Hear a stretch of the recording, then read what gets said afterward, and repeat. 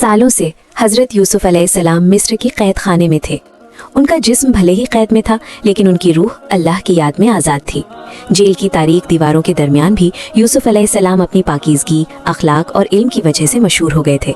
जल्द ही कैदी उनकी तरफ रहनुमाई और सुकून की तलाश में आने लगे।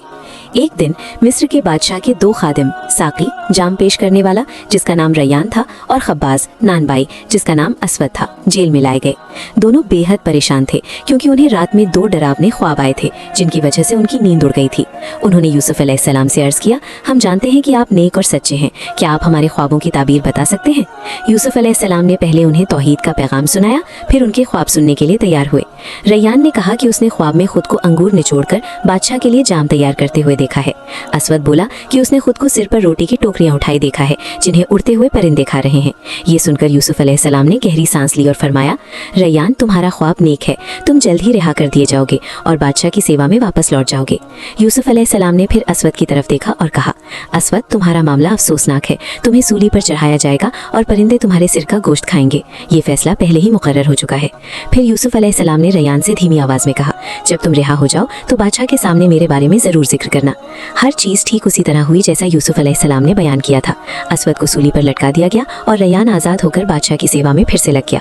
लेकिन अफसोस, शैतान ने रैयान को यूसुफ अलैहिस्सलाम का जिक्र करना भुला दिया और अल्लाह के हुक्म से यूसुफ अलैहिस्सलाम को कुछ और साल सब्र के साथ कैद में रहना पड़ा। कई सालों बाद मिस्र के बादशाह को एक खौफनाक ख्वाब आया जिसने उसकी नींद उड़ा दी। उसने देखा कि 7 दुबली पतली गायें 7 मोटी तगड़ी गायों को खा रही हैं और 7 हरी भरी बालियां हैं जिनके साथ 7 सूखी बालियां भी मौजूद हैं। बादशाह ने तुरंत अपने सारे वुज़रा, दरबारी और जादूगर बुला लिए। उसने हुक्म दिया, मुझे इस अजीब ख्वाब की ताबीर बताओ।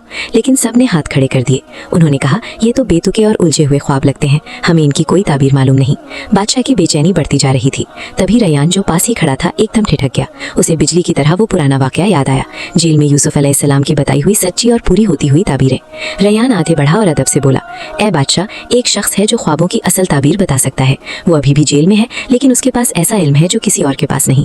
अगर इजाजत हो तो मैं उसके पास जाकर आपके ख्वाब की ताबीर लेकर आऊं। बादशाह ने फौरन मंजूरी दे दी और रैयान तेजी से कैद खाने की तरफ रवाना हो गया। अगर आपको ये कहानी पसंद आए तो वीडियो को लाइक करें और भाग 4 देखने के लिए चैनल को सब्सक्राइब करें और कमेंट में माशाअल्लाह जरूर लिखें।